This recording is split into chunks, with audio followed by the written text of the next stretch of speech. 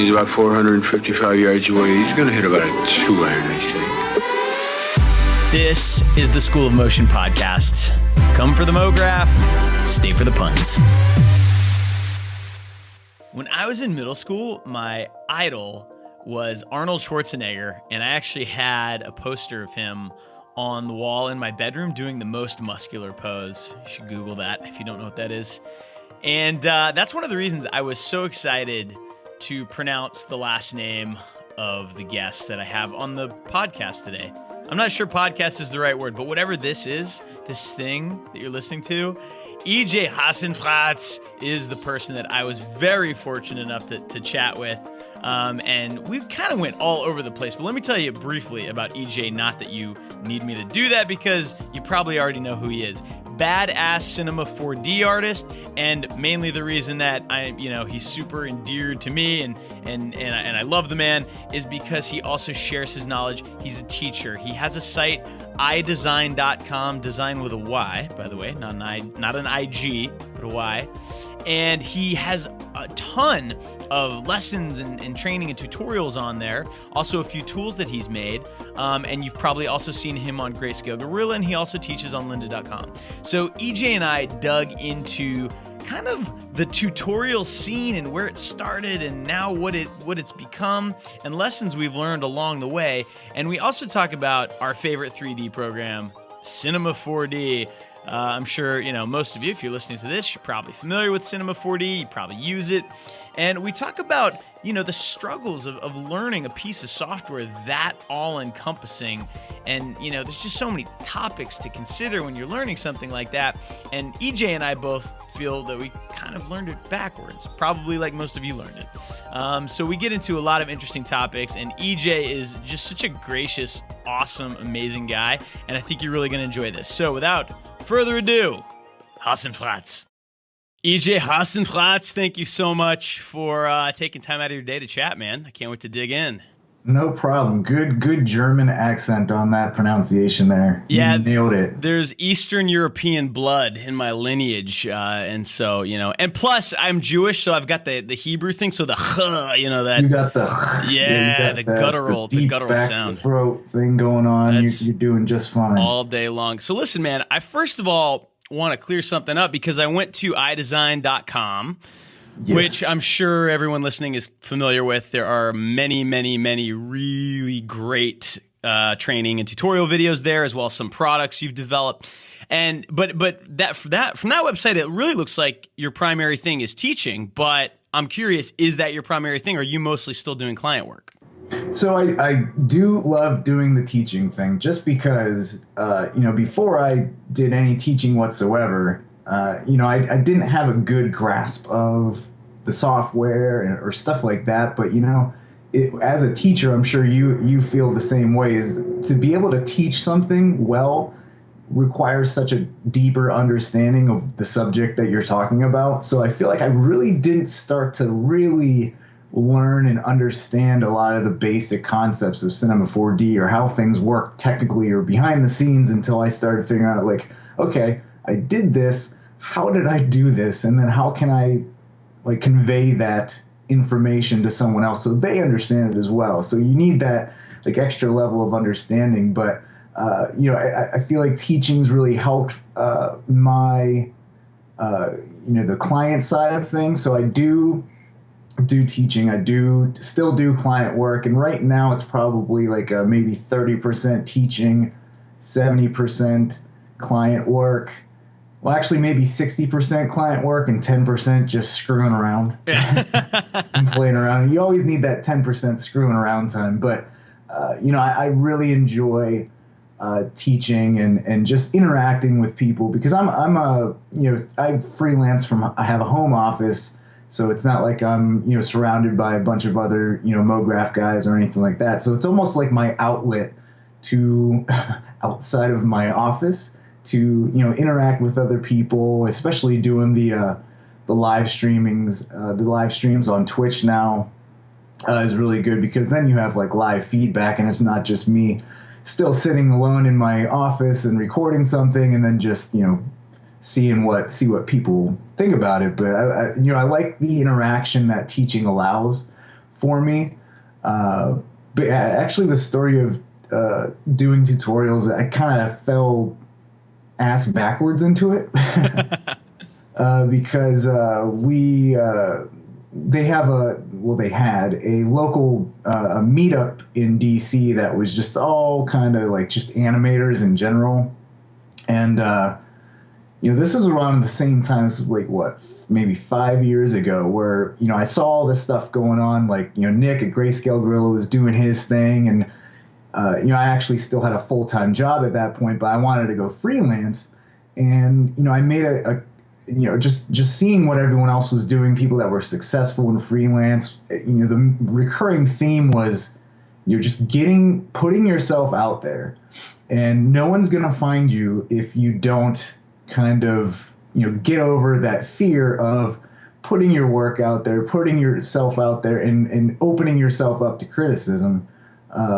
Because I definitely needed criticism. I was not very good. I still don't consider myself very good, but I can tell you I'm a heck of a lot better than I was.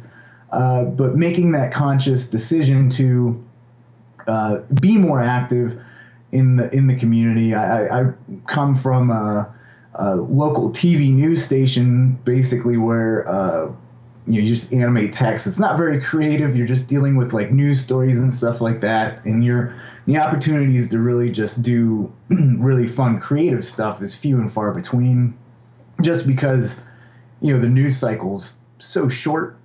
You have to crank things out like so many things a day. So if I had a project that had a week to complete, like that was like, oh my goodness, so much time, like what am I gonna do? Wow. As opposed to now where a month is like, or 2 months or 3 months, like just trying to stretch that out. But I made a conscious decision to put myself out there, and right around that same time, like I said, they had this animators meetup, and they were specifically talking about Cinema 4D, and I didn't really know that many other designers in the DC area that used Cinema 4D at the time, so I just knew my other buddy Dave Glanz, who's also pretty active on Twitter and stuff like that, but he's a really talented motion graphics guy in the DC area as well.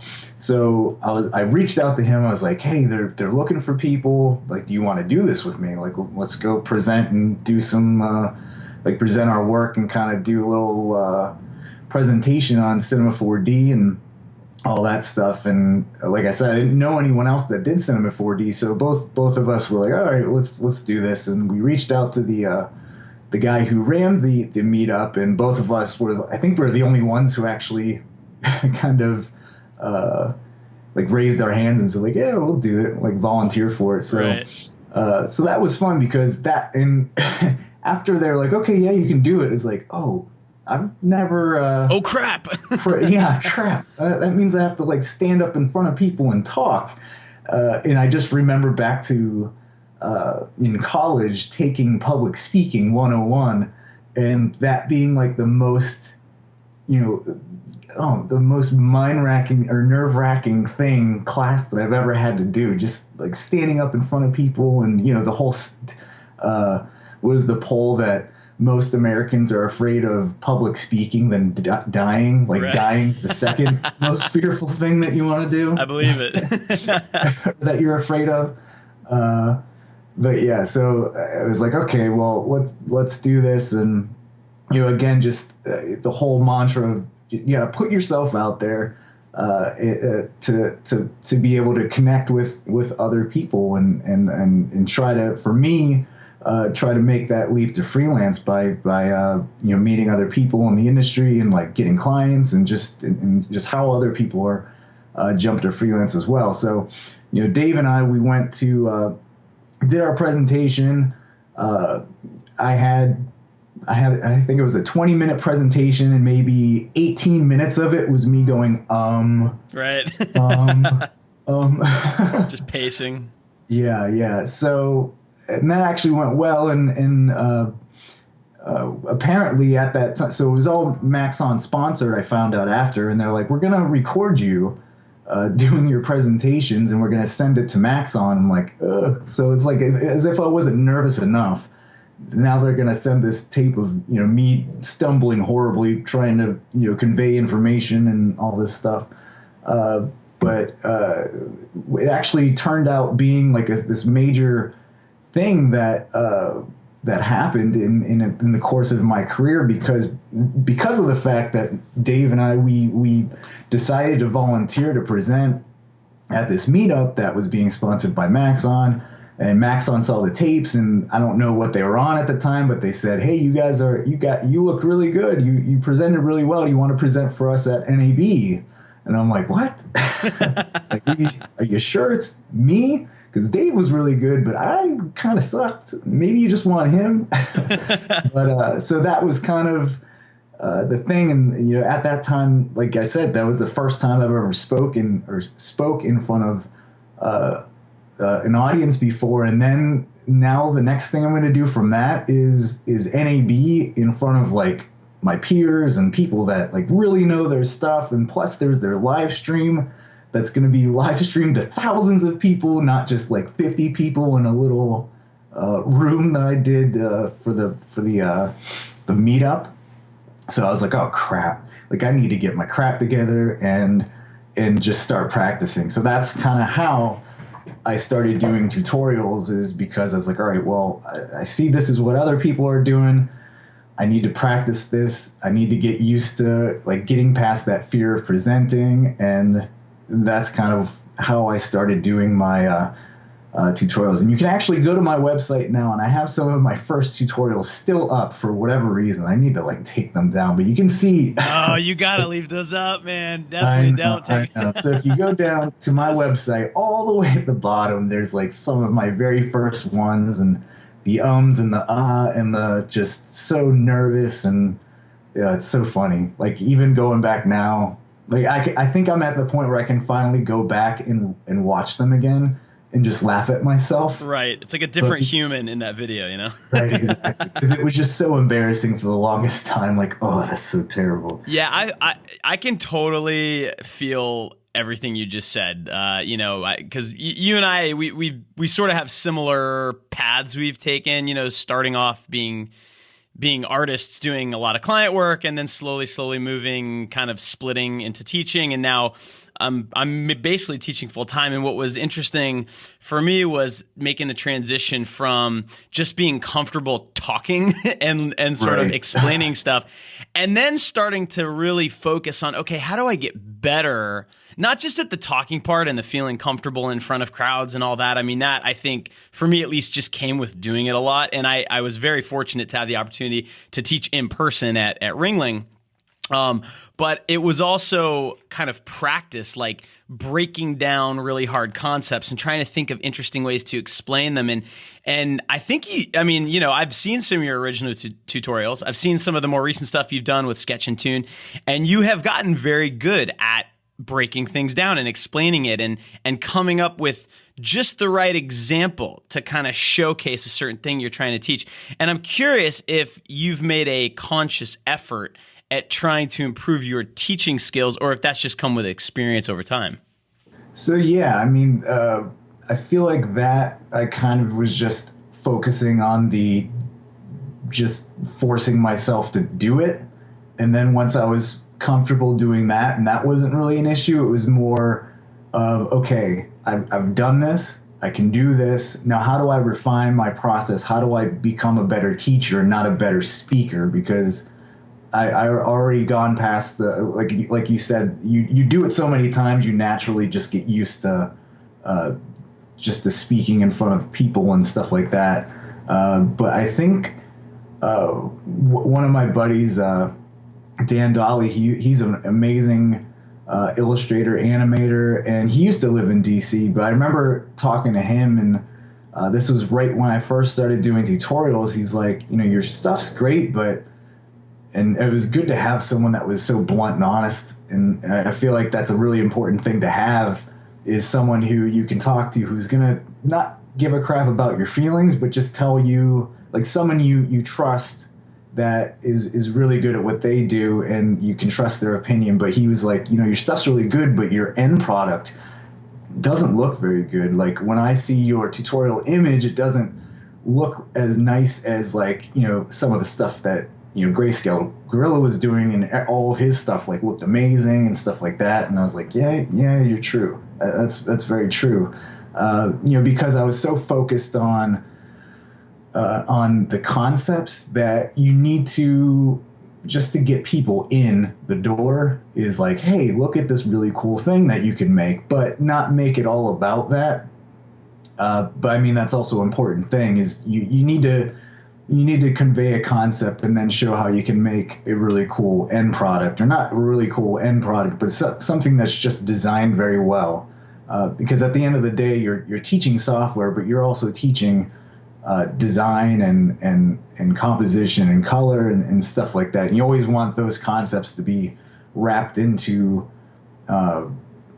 your teaching that is you know, software based. As far as as far as what I think training should be. I think you just nailed it. And I think we should throw Nick under the bus a little for kind of ruining it for everybody by like everything he did, those first few Grayscale Gorilla tutorials that kind of put him on the map. What he was teaching was pretty simple, but it looked so good. Right. Yeah. Yeah, I mean, and that's what separated him. And Andrew Kramer's tutorials, like a lot of them kind of have that same thing too, where although his are generally more complicated, but it's still like, it just looks so cool. Mm-hmm. So, and I think that the best kind of training out there, especially if you're doing online training, it has to hit both checkboxes. It has to teach you the stuff you need to know, which may not be that much fun to learn, but it also has to entertain you or excite you enough to sit through the whole thing and get it done. And there's a lot of different ways to do that, I think. But so let's jump into this. I want to hear a little bit about how you learned Cinema 4D. And I'd love to hear about, you know, because I'm guessing you and we probably learned it around the same time before there were all these resources. So what was the process that you took to learn it and to get comfortable with it? Well, I think, back then, I think Nick might have just started doing his stuff. He might have been like on his Photoshop phase or After Effects phase. I don't think he really quite went to Cinema 4D yet, but most of the training that was available when I was starting out, let me think, it was like maybe version 9 or no, I think it was like 10 or 10.5, like right when the MoGraph module stuff came out. So I think with that's when everyone started to jump on the bandwagon, and because of the integration with the, you know, After Effects and stuff, that's when a lot more people started using it and a lot more people started doing training on it. But before that stuff, like I remember just, you had like the Cinema 4D like thick giant manual. Oh yeah. And like that was one of the main resources, unless you wanted to like pay a butt ton of money to, you know, buy DVD trainings. I know we had where I was working at full time, they had the 3D Fluff, like that was a thing. And then like Creative Cow was actually a really good place as well. C4D Cafe. Right. And C4D Cafe. Yeah, Nigel's, you know, he's still doing his thing. He was one of the first guys, I think, that probably was, you know, helped me learn Cinema 4D. And then there's it's the one, man, I forget who he is, but he now works at Cineversity. This one German guy who he was also on. He was very active on the Creative Cow forums. Man, it was Dr. Sassy. Oh yeah, Sassy's Tooltips. I remember those. Daily Tool Time. He always started with that, and he's so smart, but sometimes he's got that thick German accent, and sometimes you're like, I don't know what he's doing, and that was like because he's so advanced that for someone that didn't know what the heck, you know, any basics of Cinema 4D, I was kind of way over my head. But now going back, I was like, wow, this guy's so amazingly smart. He's still like doing his thing. He's active on the Cineversity forums and all that kind of stuff. So, but yeah, I mean, so that's kind of how I started learning. And to be quite honest, I've kind of learned the way that maybe a lot of people who are just getting into it now are, where they're attracted to the, oh, that looks really awesome, that sexy thing. Let me figure out let me learn how to do this one sexy thing that's like abstract and all this stuff. And I don't really know where it fits in my actual workflow, or if my client or my place where I'm at would ever ask me to do something like this, but that looks really hot and I want to learn how to do that. And not knowing enough about the software or how it works enough to understand, like, why am I pushing some buttons to get to this point, and just getting to one end product. So like, I feel like, I fell into the same trap that a lot of kids, I feel like, do now, where they're so anxious to make cool things that the learning the foundations and the basics not sexy. Right. They see Beeple using Octane and they think Octane is the answer, and that's how he makes his stuff look so good, right? Right. Yeah. But I mean, go back to when Beeple was just doing his first everydays, and you'll see how far he's come, because some of his first things were like, oh wow, like it looks okay, but right. Yeah. Like I could do that. Yeah, I think you kind of raised the biggest point, and I'm glad you raised it. So this is, to me, kind of the central, I don't know, it's like a quandary about Cinema 4D. Like, Cinema 4D is what I use for 3D software, and it's my, like, I've tried other software. It's my favorite one times a million. But there is this issue with it. It's not really its fault, and it's not really even an issue. It's just what it's turned into, and that is, it is so freaking easy to just jump in and start making neat stuff, right? Oh, for sure. That I think there's an entire generation of motion designers who use Cinema 4D who don't know what a UV map is, who don't have the first clue about how to actually model something. I'm making sure everyone knows I'm not on a high horse here, because I actually do not know how to model very well. I do know what a UV map is, but that's like one thing out of probably 10 that I should know that I'm not very good at. And I think the reason that's the case is because I was able to jump in and just start using the software without really having a clue what I was doing, just kind of following tutorials and eventually getting there. And it sounds like, EJ, you had a similar experience. And I'm curious, have you seen any issues that have popped up for you because you learned it that way and maybe missed out on some of the foundational stuff? Oh, for sure. I mean, I feel like just within like the last maybe 2 years or something, I really, especially since I went freelance, just because it was such a, I was so used to doing things in the context of sports graphics, or maybe even like, or news graphics. And then like I got into the sports realm, and I was just like, man, I really want to not just be pigeonholed into being a sports guy, or a like just broadcast in general and doing just like shiny 3D logos and stuff like that. Like, I really, like, I've done that for my whole entire career, is animating 3D shiny type, that, I really want to move on to other things. So, that's when, I really had to take a step back and be like, okay, look at my reel. It's okay. It's full of all this new stuff, but I want to get into all this other stuff. And, so I started doing like more infographic stuff.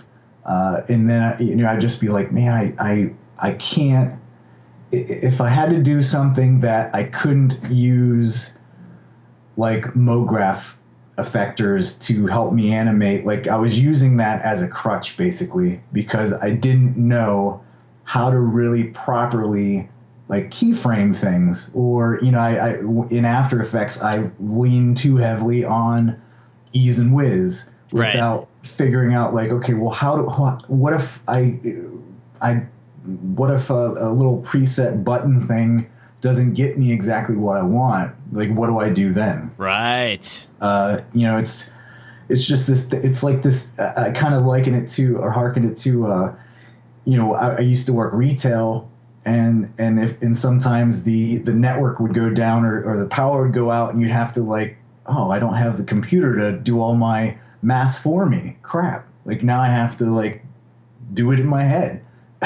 Yeah. And I felt like it was something like that, where it's like, I had to not rely on these effectors. I had to like, okay, how do actual keyframes work? How do the curves look to get this certain movement, and what's a believable motion and stuff like that, or what's good colors to use for all this stuff? Because again, I also relied too much on like texture packs and stuff like that. But what if what you want to do isn't that exact texture? How do I tweak it to what I want it to be? And if you just have been using all these pre-made materials and not understand how they were built, then you have no idea how to get them to do the things that you want. Yeah.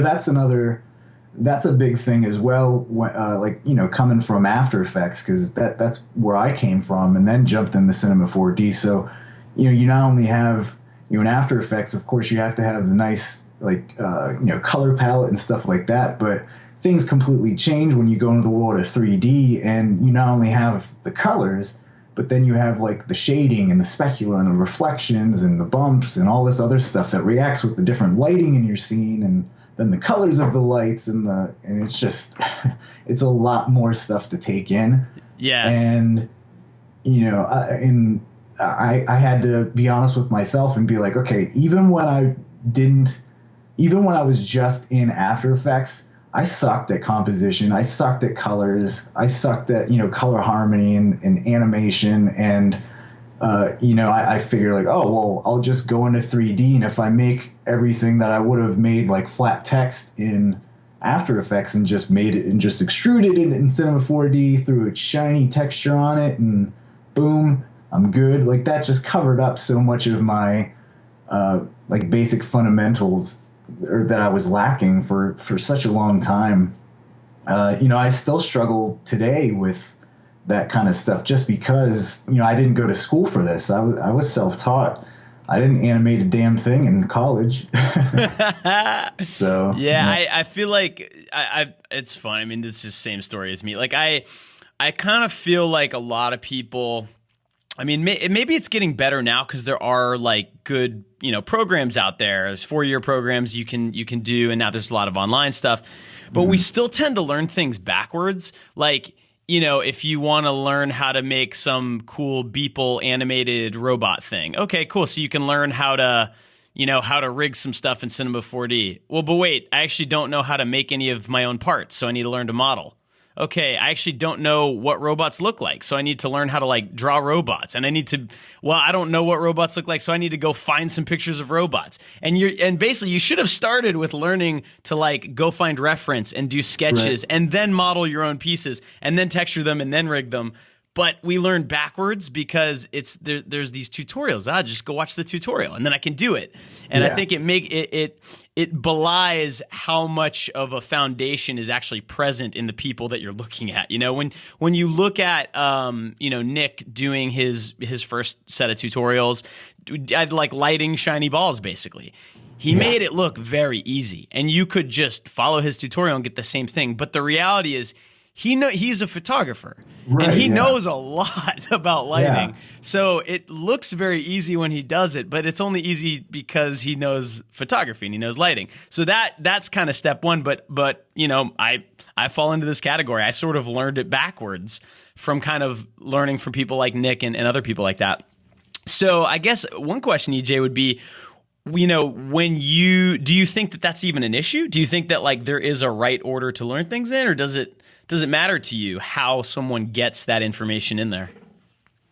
Well, I would like to think that even though I did it the wrong way, I realized I was doing it the wrong way. And I think that's the whole thing, is if you don't have the perspective of like you were just saying, Joey, like, how, you understand that Nick knows how to light things because he's got this, awesome background as a really good photographer and actual doing real life lighting setups and stuff like that.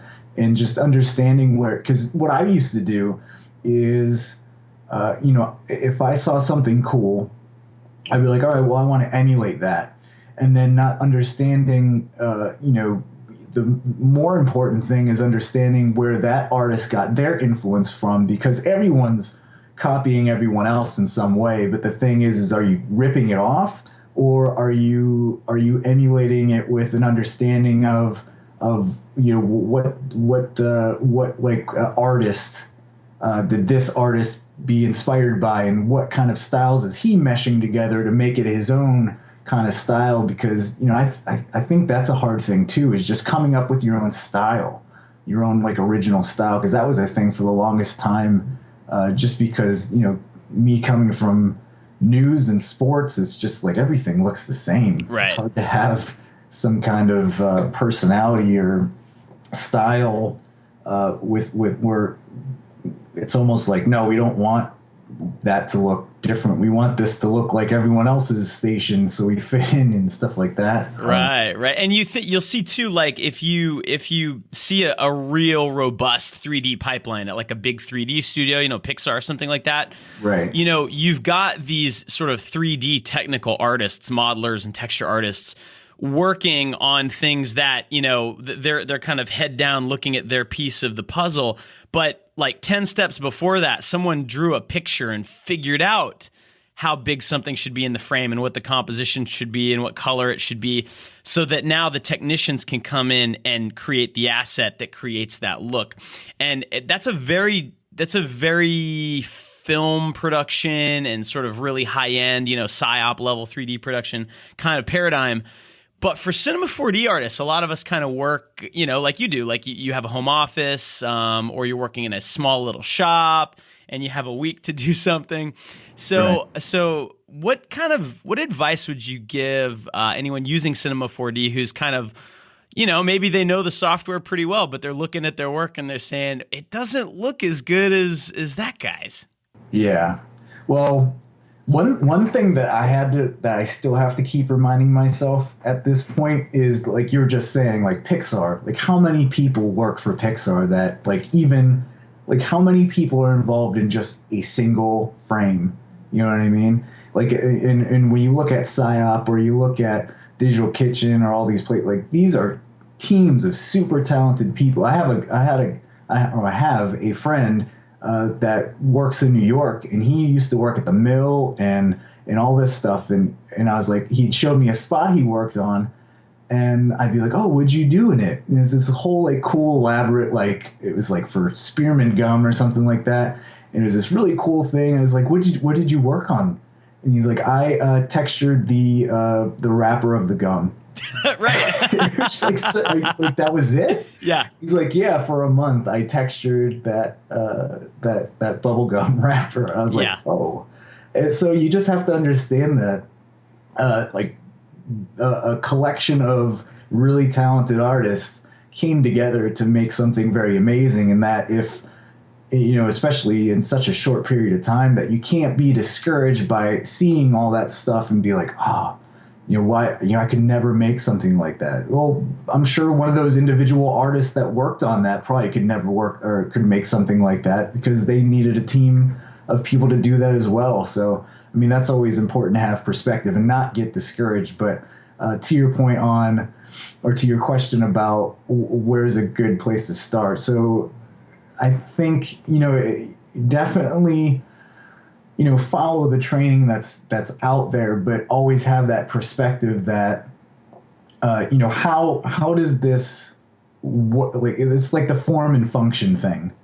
Am I making this just to make this, or does this mean anything? Like, where does this fit with, especially if you want to be a freelancer, like how can I sell this to a client? Like if I make some weird abstract thing that looks really cool, but like how would I ever use that commercially?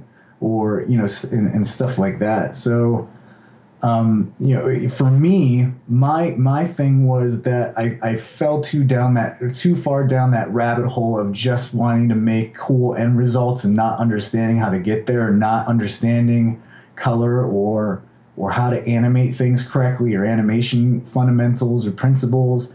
And, the whole thing of me going into the sketch and tune and this flatter look is totally on purpose.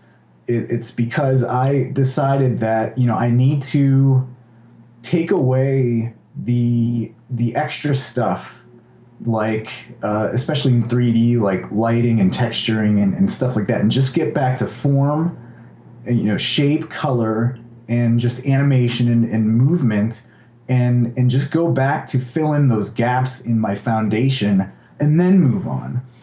So that's kind of how I've been kind of focusing my career and doing all these little 2D animation things, is because, you know, I was really terrible at you know, hand keyframing something and having it look good, or even understanding like good squash and stretch, or, you know, any of that stuff. So and I've actually found that I've really enjoyed doing it. I've always liked, you know, 2D stuff is all I did when I first came into the industry, when I was starting interning and, you know, just doing After Effects stuff. So it's kind of fun to do that, but it's also, you know, I can do that now in my 3D application and still get good at, like, you know, camera angles and just working in 3D space like that. So it's taken. It's just been really fun to be able to do this, like, kind of take away all this extra stuff and hone my fundamental skills better, and do it in an app that I just love using, like Cinema 4D. And I'm still doing it in 3D space, and like, you know, some of my stuff I just show, like, yeah, I made this in 2D and put some 2D materials on it. And then you can take that same thing and just apply like just actual 3D textures on it, and all of a sudden you have this thing. If you render it with physical render or something like that, like, all of a sudden it looks like a real toy or something like that. Like, I made a little robot dude, and you know, first he looked like a cartoon, and then I applied some realistic textures on him, and he looked like a little vinyl toy kind of thing. So, you know, it's this thing where, you know, I had to take a step back and be honest with myself. And I feel like a lot of people who watch tutorials out there or are just getting started, you know, just to keep in mind, like, yeah, like, do the cool stuff. You definitely want to do this cool stuff because you want this to be enjoyable for you. But at the end of the day, you always have to realize that to be good at this, you can't just, you know, watch tutorials and just recycle them and just keep doing the cool stuff without understanding everything that got that person who actually made the tutorial. Like, how did he get all that knowledge? Well, he had a basic understanding of lighting, like Nick, or, you know, some of the stuff that, you know, I hope to do is do a lot more like animation stuff, or, you know, color stuff of, you know, what looks good. Like, here's this technical thing, but, you know, let's apply this, but then let's make this look good. Right. You know, with the colors and the shading and stuff like that. So it's always understanding the whole point. Like, what's the point of making this thing? So if you were to kind of design, you know, like a curriculum or a path to become good at 3D, and 3D is this gigantic term, right? Knowing what you do now, what would you tell people to start with? Like, what would the path kind of look like? And you can get as granular as you want, you know, modeling before texturing and this and that. I'm just curious what you think the quote unquote correct way to do it might be. Well, it's funny because there's, you know, C4D Lite that comes free with a Creative Cloud and all that stuff. And it's funny because I modeled and you know, if you could see me, I'm using my air quotes, modeled this Game Boy. It was just a Game Boy with like the flat cell shading kind of look. And, you know, like, if you think about a Game Boy, it's really just like a big brick with like a screen and some buttons and you know, it's very simple shapes, you know. And I posted it, and I was like, this was made completely in Cinema 4D Lite. And people were like, holy crap, like, really? I was like, yeah, it's really wasn't that hard. So it's just, and I don't know if that's just because, you know, the After Effects crowd doesn't, like, thinks it's way harder than it is. But I mean, really, like I was saying before, is if you just step back, it's shape, it's color, it's form, it's all basic stuff, but now you're just in a 3D space. So I think the most important part is learning all of the really awesome tools inside of Cinema 4D that do make your job easier. So, for example, the Game Boy, like you take an extrude object and, that's the base of your model. And then, just extrudes can get you so far.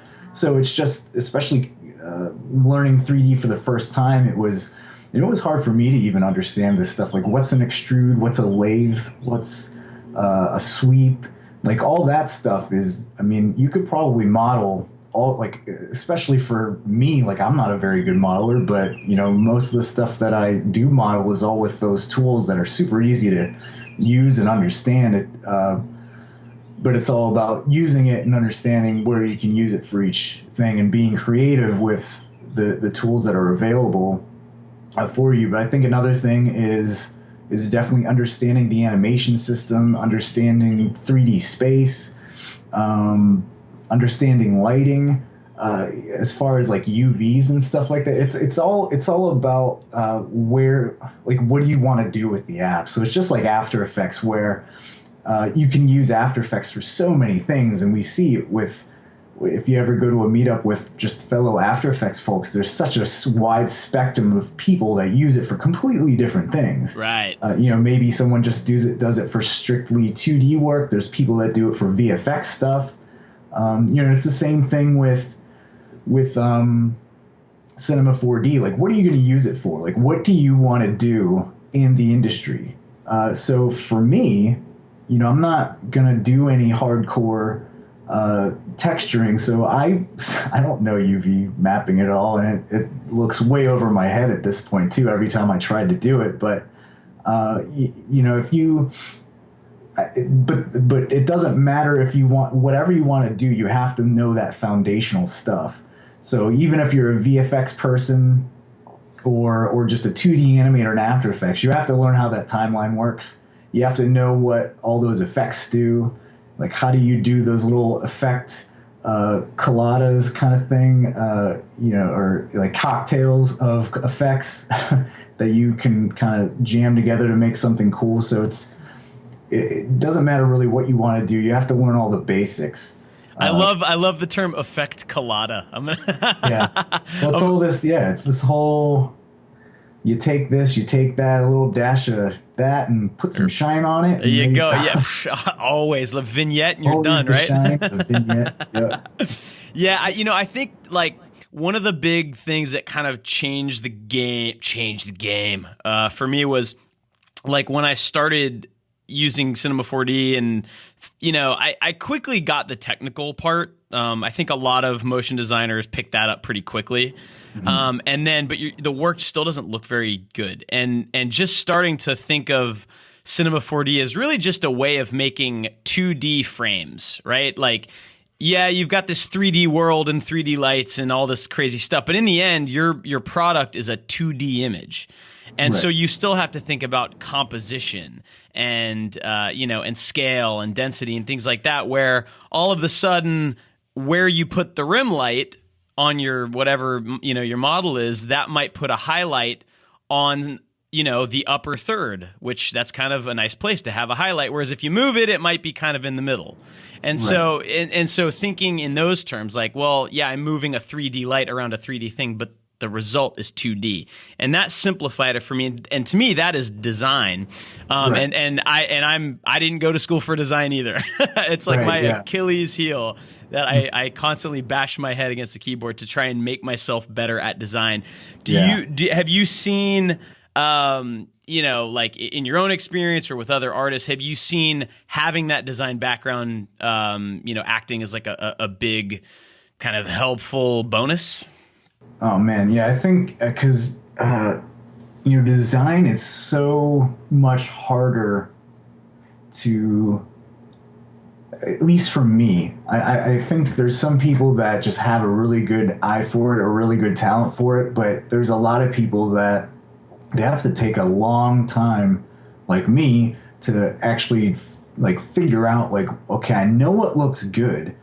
But then why? Why does that look good? It's because the color harmony, it's that color complements this color. It's because there's nice contrast in the scene as far as like something big and small. There's a nice flow to it because of how the composition's arranged and stuff like that. And for me, that I relied so much on technical stuff, and like I said, like I needed to step back and be like, I don't know the fundamentals, so I need to go back and figure out like how the design part of it, because yeah, I think the technical thing is super easy because there's a manual for it, and it's like this button, this is what happens when you push this button. For design, it's much more, more subjective, right? Like everything looks like there's no right or wrong answer sometimes, but with technical stuff, it's like, does this work? No, it doesn't. Right. So crap. Yeah, like the technical stuff, there might be 10 right answers, but with design, there's like 1,000 right answers. Exactly. Yeah. So you could take a long time trying to figure out like, okay, how will this look good? And like, and it's such a different thing. It's like, how do I make a sphere into a donut or something like that? It's like, oh, well, you just do this. Right. And yeah. Right. But so, how big should that donut be? What color should it be? And, right. Yeah. You know, should there be other donuts? Right. Yeah. There should be a whole donut based course, I think. Yeah. So that was, and I still struggle with that just because, you know, I don't know, because we both come from the same background. We didn't learn the design part. You know, I was just, you know, when I got into the industry, it was all about, do you know this software? Do you know this software? Right. And that was kind of the big thing. Even now, it's just about what does the software do? But you have to understand, it's like, do you think Picasso worried about what, like, did he have the newest, latest paintbrush? Like, no, he was freaking amazing with a stick, right, with paint on it, like, because he knew how to do it. So you have to understand that software is just a tool, and even if you know the tool inside and out, and I actually have seen the video that your animation students. The ice sculptor and the lumberjack. Like I think that's such a really good visual, or just a good concept for, you know, it's the that guy's a really good with a chainsaw, right? Yep. And it's, you know, the lumberjack, but then there's the guy who does the chiseled ice sculpture. Right. And you're like, that guy's a great artist. So it's like that. It's that exact thing where it's like, it doesn't matter if he's using a chainsaw or what. He's just a really good artist, and it doesn't matter what medium that he'd probably work on or what tool. It's just that, you know, and that's why I think the design is the hardest part, because I feel like the tool is easy. Like, right, whatever, and if you know what the heck you're doing design wise, you can make amazing things. Even if you don't even know how to do all the technical stuff, you can still make amazingly beautiful things because you know what makes things beautiful. Yeah, I remember teaching Cinema 4D. I taught a whole class in it at Ringling, and you know, some of the students had never touched it, and really hadn't used any 3D software. And so the first thing that we would do is just try to get them comfortable moving around 3D. And I think the first assignment I would always make them do was, you can use nothing but cubes, and you can just arrange the cubes. And I think it was something like, you need to go and find an image of like a place. It could be like a mountain range, or it could be a McDonald's, but you need to recreate that only using cubes. And I showed them how to put a color on the cube, and that was it. And, you know, it was very easy for all of them to do it, right? As a technical exercise, they could do it. But the ones that were really successful would also put the camera in a place where the composition was beautiful, and they'd pick colors that worked well together. And that's the toughest thing to teach. So I'm curious, EJ, like when you teach classes on lynda.com, obviously on Grayscale Gorilla, where a lot of people know you from, and on iDesign.com, what do you think's the trickiest thing about teaching a subject as massive and all encompassing as 3D? Yeah, man, that's a tough question. I mean, I think it's that what you just said. It's, you don't need to get too technical. I don't know. That's a really tough question, because like, what is my goal as a teacher? I mean, I like to teach things that I think are really interesting or could be useful for other folks. So like, I've been doing the sketch and tune stuff and the flat stuff lately because just through interacting with a lot of people, it just seems like not a lot of people know about that stuff or know that that stuff's possible. And just like, I just want to open their eyes to that kind of thing, because, then, just like it's helping me focus on form and composition and color, like maybe that's what some other people want to do as well. So, just like, if I went through that exercise that you just said with like rearranging cubes and stuff like that, like, yeah, that's not technical at all.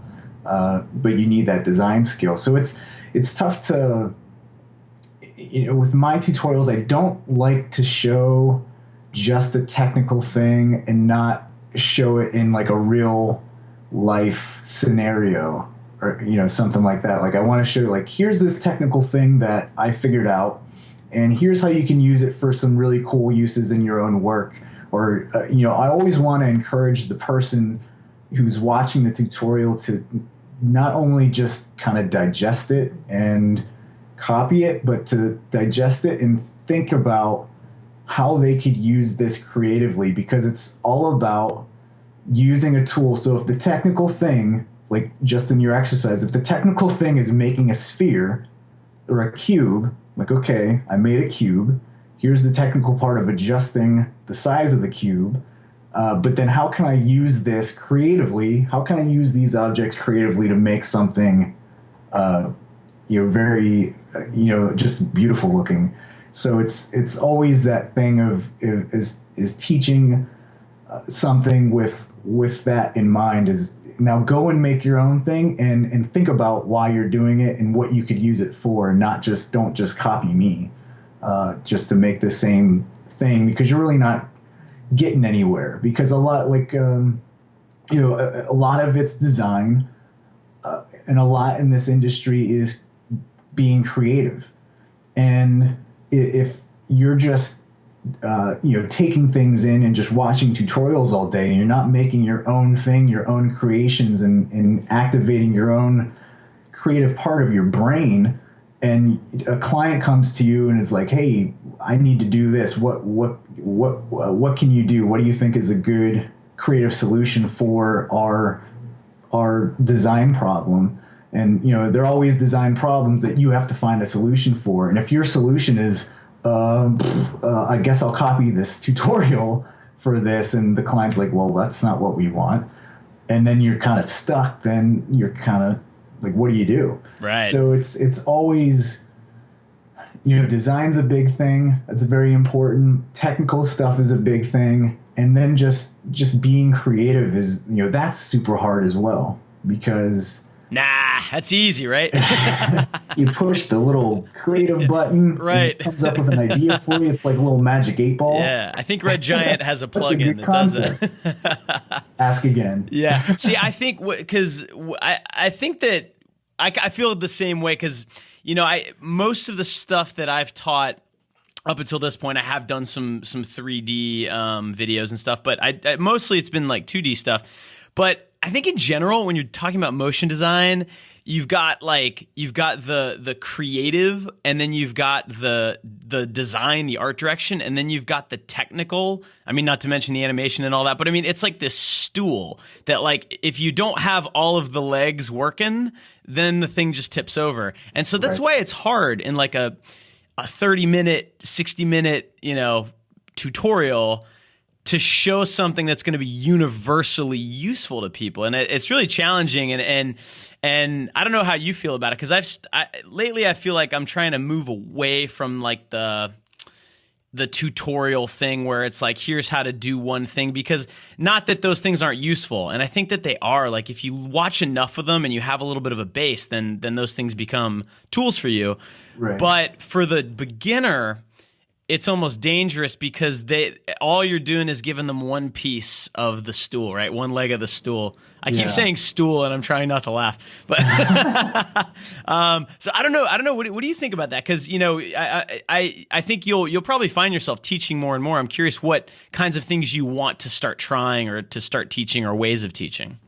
Well, I think that, as I discover my lack of the fundamentals and learning them myself, I feel like that's where I want to push my training in the future. And, when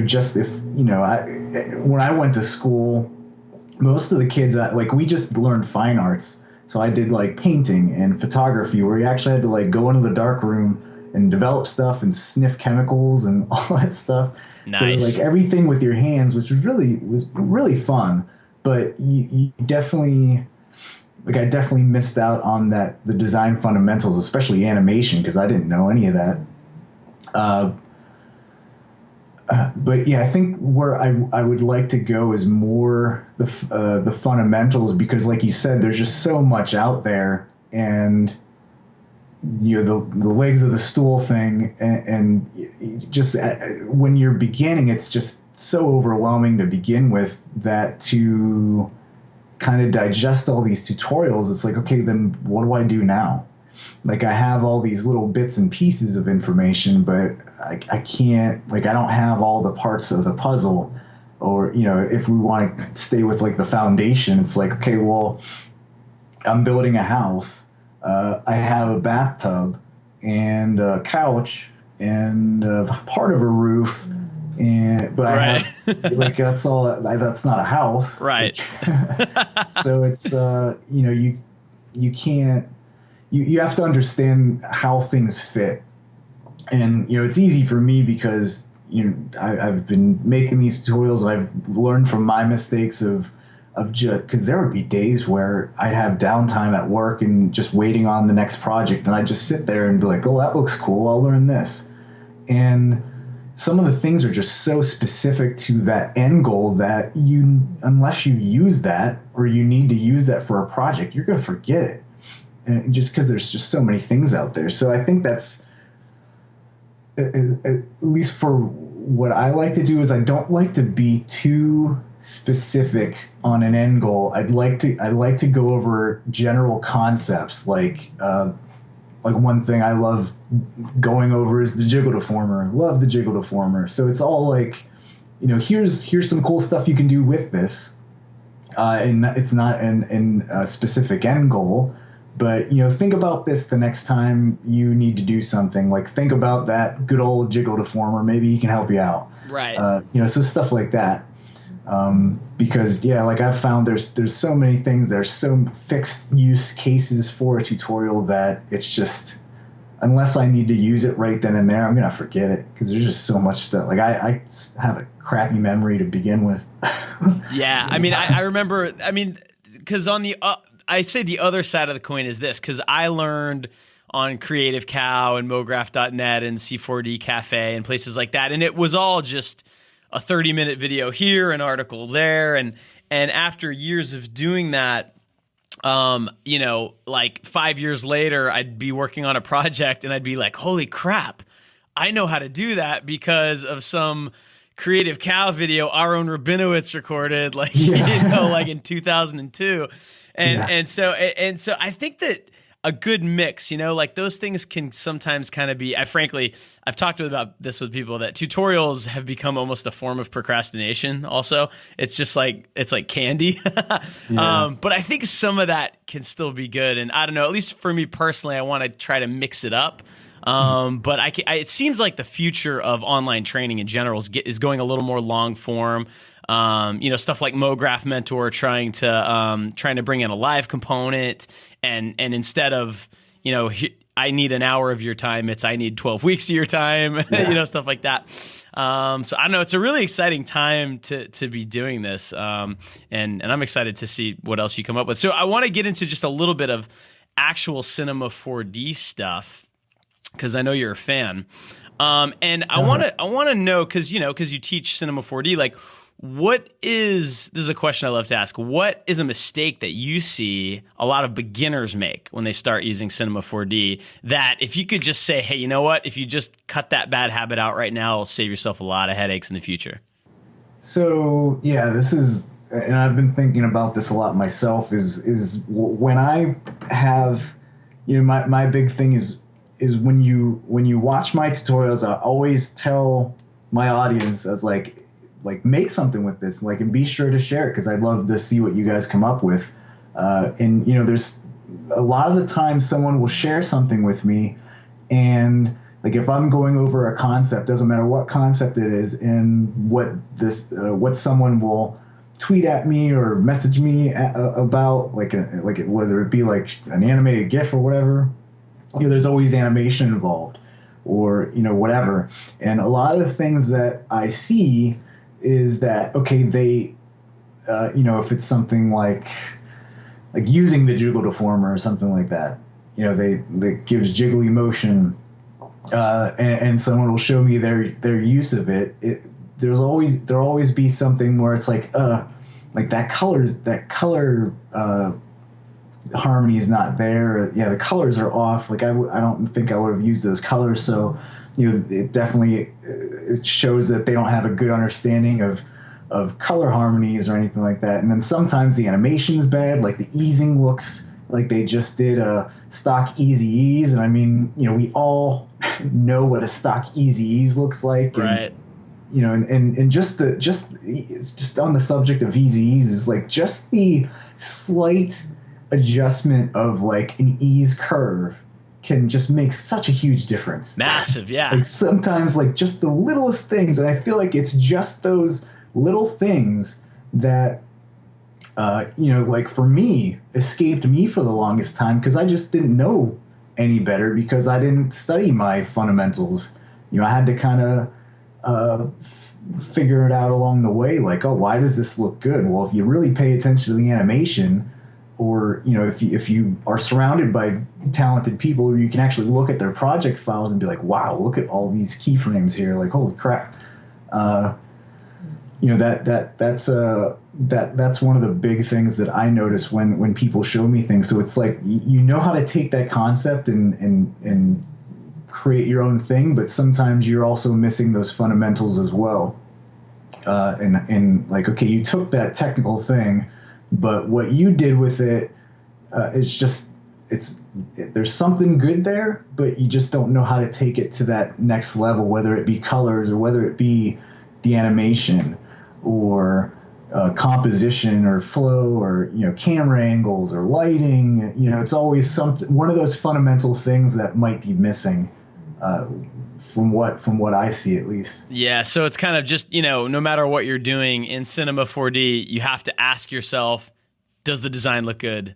Is the animation good? Never mind the fact that you got the X Particles rig hooked up just the right way and you've got this insane like technical simulation happening, but right. If you move the camera over like, an inch, it'll look way better because it'll be composed properly and stuff like that. To me, like that is like a huge thing just in general that, and I to be honest, haven't found the right way, I feel like, to ensure that students always take that stuff to heart. And I think it's just because it's so distracting, like with everything else you're trying to learn. But I think that comes with just doing a lot of work and being constantly told, nope, try again, nope, try again, nope, try again.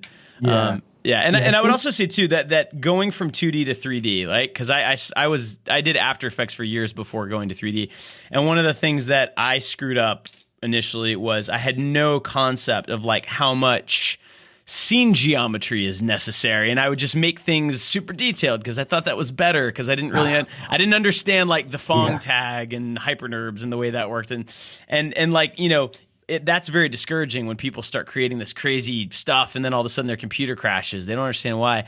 That's one of those vegetables that you have to eat, I think, when you start learning it. So that would be my contribution. Yeah, I mean, along those same lines, man. Like I would get caught up in the whole global illumination thing because you're like, oh crap, like that looks amazing. But really, when like I don't know if you use GI much. I don't, because I don't have time for a weak render. Yeah, for a while I would never use it. I would do all the tricks like you fake it, like you copy the color channel into the luminosity, you mix it in, you do little tricks like that. And it wasn't until we started using a render farm a lot that we were able to get away with, all the bells and whistles. And that, I don't know, do you use a render farm ever, EJ? I mean, that changed the game for me too, starting to do that. Not with my 2D stuff, no. Yeah. Those things just crank out. Oh, that's I the don't beauty. need global illumination on my flat stuff. Yeah. But I mean, I don't like to, I don't know. I've just had bad experiences with render farms sometimes, and I just like to keep things manageable just because, 9 times out of 10, the client's going to be like, I need to change this one thing. You're like, Yep. like, okay, got to put this back up on the farm again. Meanwhile, if I, and that also takes a lot of just knowledge of, how to optimize your scene and still, balance render quality with, time constraints and stuff like that, because that's a lot of technical stuff right there. But yeah, I always like to make it manageable where if I needed to, I only need to like do an overnight render or something like that. Unless it's like a massively long project, then of course you got to probably put it on a, like if it's a 5-minute all 3D thing, like, yeah, you got to put that on farm. Yeah. Yeah, totally. I mean, I'll plug Rebus Farm real quick because I've used them a ton in the past couple years. And I've worked with them as well. Yeah. Yeah, and it's because for me, when you're doing client work, especially sometimes you want to err on the side of simplicity because you're right. Like you're gonna do a render, and even on a farm, it might take like 5-6 hours, and then. Right. Oh, you know what? Actually, can you remove that one thing from the scene? And, okay, yeah, I can if you can wait, until tomorrow. Yeah, and if you want to, the budget's going up because I need to put it up on the farm. Yeah, exactly. Get all the other computers working over there. Yeah, but it did help because like getting calibrated to the speed. Like 3D projects just don't move as quickly as After Effects projects, in my experience. I mean, you might be able to, really, it's just you don't know what it's going to look like until you've rendered the thing, right? Like you can do like one frame here, one frame there. You can do wireframe renders, but there's still that fear. But what's it going to look like in the end? Are the shadows going to flicker? Is there going to be some weird anti-aliasing thing? And so I don't know. That's another terrifying thing to kind of think about when you're learning, I guess. What sort of Cinema 4D stuff are you working on, learning more about and improving for 2016? I'm still continuing my little 2D exploration and stuff like that. Right now, this was my thing last year too, which I'm still working on, is just like character modeling and character rigging and just like simple rigging, and weighting and all that kind of stuff. Because it's tough to limit especially the stuff I've been doing in 2D, like making those little 2D characters and stuff. And for the longest time, I didn't know how to rig up anything, like even like a simple joint system or anything like that. And I just use like deformers to animate and just kind of half-ass it.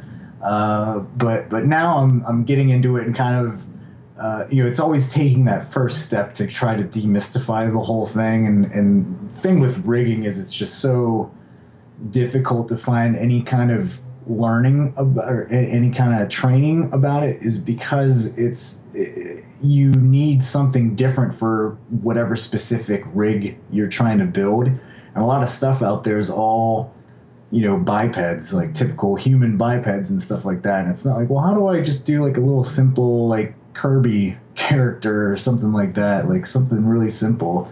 But I mean, a lot of that stuff is just trying to figure it out on your own. But again, this all goes back to what we were talking about before, is if you know how the IK system works, if you know how joints work, then you'll know how to adapt it to other things. I would throw out the our buddy Rich Nosworthy has said that the digital tutor stuff is pretty good and there's actually a Cinema 4D rigging class on there, which he said is really good, which is surprising because I've heard other people, I've asked them this question, like, how do you learn stuff like this? Because there isn't a great video series out there for Cinema 4D. Well, and they say, but there is for Maya, so go watch the Maya one. And then, if you know enough, like at this point, EJ, I'm sure you could watch a Maya tutorial about modeling, but apply it to Cinema 4D. It's just, all right, it's not called the knife tool in Maya. It's called something else. But yeah, and then also Chris Schmidt's tutorials on Grayscale Gorilla. He did a whole thing with like a robot arm, and it was awesome. And it's like the resources are getting better and better to learn that stuff. I feel like someone learning Cinema 4D now will have a much easier time than you and I did. Yeah. If I had this much, I think that's why it's like so, like, and it's funny because, we talk about people falling into traps and just watching tutorials all day long. Like, I fell in that trap before there was probably how many times more, like thousands times more tutorials out now than there was when I was just starting. So Yeah. it's crazy. Yeah, totally. Well, dude, I don't want to take up too much more of your time, but can anyone catch you at NAB this coming April? Well, we'll see. I'm going to NAB regardless. I don't know if I'm going to be doing the Maxon thing again or not. So I think they're just starting to call people, so we'll find out soon. But I will be there regardless. So I usually hang by the Maxon booth, whether they like me there or not. Right. I just like to know them. They tolerate you, I'm sure. But if anyone's going to NAB, be sure I'll be by the Maxon booth. I'll hopefully have some good swag, some iDesign swag, like stickers and stuff. And so come on, say hi. And I also do my stuff on lynda.com, hoping to get that stuff up and rolling for this year as well. Got some cool, fun stuff planned for that. What else? And you'll still be doing Grayscale Gorilla this year? Yeah, you'll be seeing me a lot more on Grayscale Gorilla and the Twitch channel C4D Live. We're working out a schedule for that. I think I'm going to try to do like every Tuesday. We're still trying to figure out a good time slot, but just stay tuned to the schedule listings on the twitch.tv/C4D Live. So I'll be doing stuff up there. Love interacting with folks and not just, recording stuff and then throwing it out there, but actually interacting with people and answering questions live is always really fun. Awesome. Well, dude, thank you so much for your time, and I'm Thanks for having me, Joey. I mean, you've already got plenty of fans, but hopefully you made a few more, and you guys can all check out EJ's stuff, iDesign.com. EJ is like the nicest guy. That was such a pleasure to talk with him. And I always love talking with artists who are about the same age as me because, it's really funny. Motion design is not a very old industry yet. And, you can only look back, to like 2000 to really kind of start to feel like, oh, now we're talking about historical motion design. It's not that long ago. So it's always cool to kind of reminisce and talk about the old days. And it's also very exciting to talk about what's happening now and, the revolution that's happening in online training that EJ is a big part of. So once again, check out EJ's work at iDesign.com. You can also find him on Grayscale Gorilla, and he has courses on lynda.com. Go check it out, and thank you very much. As always, I really appreciate you taking the time to listen. If you're not a member of our VIP mailing list, please go to schoolofmotion.com, sign up. It's free, and you get a ton of free stuff on our site when you sign up. Rock on. I'll catch you on the next one.